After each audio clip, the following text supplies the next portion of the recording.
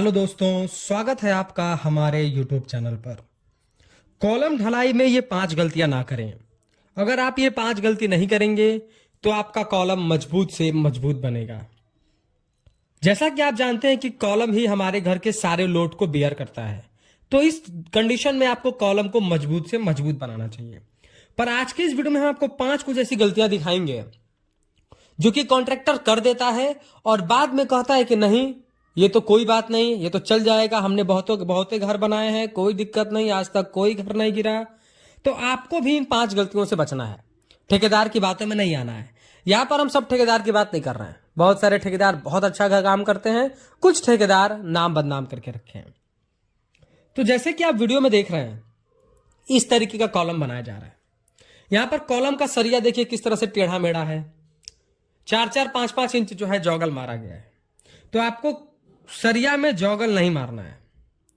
सरिया में अगर आप जॉगल मार देंगे तो कॉलम कमजोर हो जाएगा और लोग कहते हैं कि आप तो कहते हैं कि इस तरीके से जॉगल मार देंगे या कॉलम डिस्प्लेसमेंट कर देंगे तो बिल्डिंग गिर जाएगी, पर गिरती क्यों नहीं है? देखिए, यह भी जो स्ट्रक्चर आप देख रहे हैं ये सेमी लोड बेरिंग स्ट्रक्चर है, यानी कि घर का सारा लोड कॉलम नहीं उठा रहा है, उसके साथ साथ ब्रिक भी उठा रहा है। क्योंकि पहले क्या किया, ब्रिक बना दिया, फिर कॉलम की कास्टिंग कर दिया। अब चूंकि लोड 2 चीजें उठा रही हैं तो इसीलिए हल्का फुल्का ही क्रैक आता है, बहुत बड़ी बात नहीं होती है। लेकिन अगर पहले फ्रेमिंग बनाएंगे, आप पहले बीम कॉलम बनाएंगे और इस तरीके गलती करेंगे तब आपको बड़ा बड़ा क्रैक देखने को मिलेगा।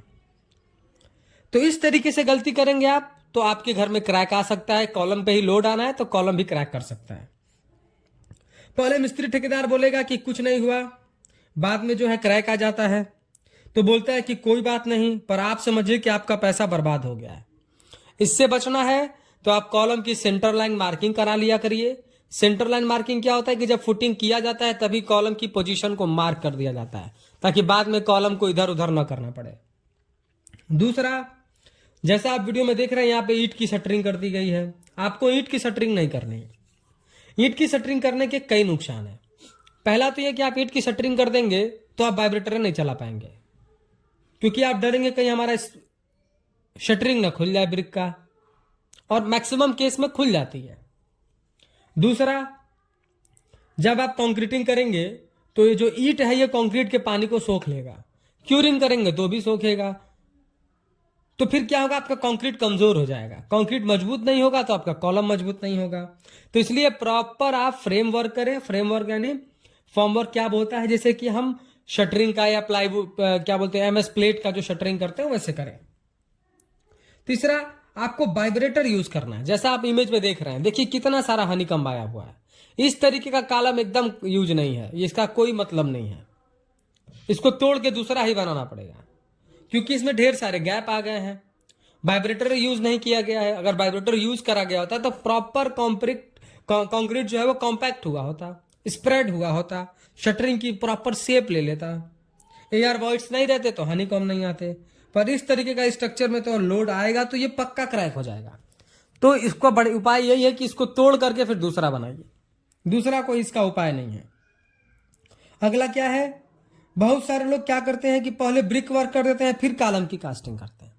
उस कंडीशन में आप वीडियो में देखिए किस तरीके का कॉलम बन के निकला हुआ है, आड़ा टेढ़ा, बिल्कुल कॉलम एकदम सीधा होना चाहिए।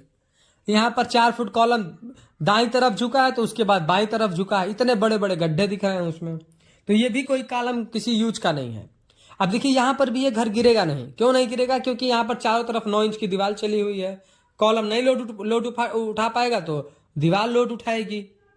लेकिन अगर यही फ्रेमिंग स्ट्रक्चर होता है, ये सिर्फ कॉलम इस तरीके का बना दीजिए और फिर छत लगाइए, ब्रिक वर्क ना करिए, देखिए स्ट्रक्चर गिर जाता है।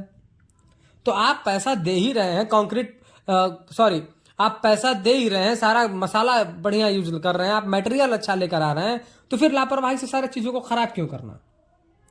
तो आप क्या करिए, ठीक है पहले आप ब्रिक वर्क कर लीजिए, लेकिन कम से कम शटरिंग तो प्रॉपर दे करके कॉलम की फिनिशिंग तो लाइए, हनीकंब से तो बचाइए। अगला है डोर विंडो की फिटिंग के लिए लोग क्या करते हैं, कॉलम को इतना तोड़ देते हैं। जैसा आप वीडियो में देख रहे हैं, 9 बाई 9 का कॉलम है, 9 इंच बाई 9 इंच का कॉलम है और 5-5 इंच काट दिया गया है। अब क्या होगा इसमें, जो भी हमारा डोर विंडो का फास्टनर है उसको, या होल फास्ट है उसको लगा करके कंक्रीटिंग कर देंगे, प्लास्टर में छुपा देंगे और ठेकेदार बोलेंगे हमने बहुत बढ़िया काम किया। आगे चल के आपको वहीं क्रैक देखने को मिलेगा। और इतना आपने कॉलम तोड़ दिया तो छत का लोड कैसे रुकेगा? तो उसके लिए आपको क्या करना है, पहले ही कॉलम में एक आपको एमएस का प्लेट लगा देना है, ताकि बाद में आपका जहां भी आए वहीं पर आप उस पर वेल्ड मार दें। या फिर आप फास्टनर लगाएं,